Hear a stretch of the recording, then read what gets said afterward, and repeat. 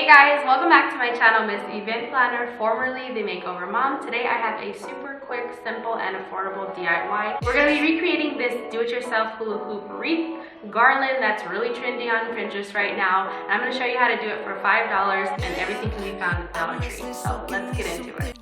So here are the items you're going to need for the DIY. All the links will be in the description box. I'm just going to start by blowing up my balloons. You don't have to do this step first, but I just like to get it out of the way. Then we're going to take out some of the items that we need to finish off the garland. So now I'm just going to take the parts that say party, and it says let's party, but I just want to use this part. And then I'm going to string through the string that they have that comes in with the package. Actually, you can use any string, but I thought this one looked cute.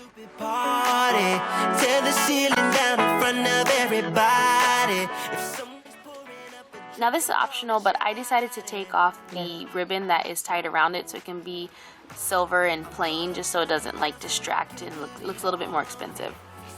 And then you're just going to tie your garland using the string to the hula hoop.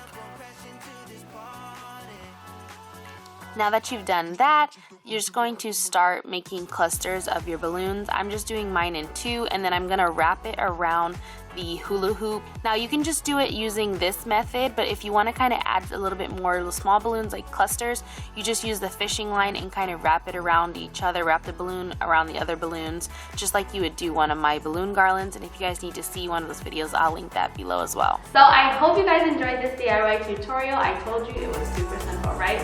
Go ahead and like this video if you thought this was an interesting DIY, and think about subscribing to the channel if you want to hang out with me a little bit more. See you in the next video. So if you like this video, you might like my nautical floral hula hoop wreath video that I will link in the iCard and in the description box below. You might want to watch that next.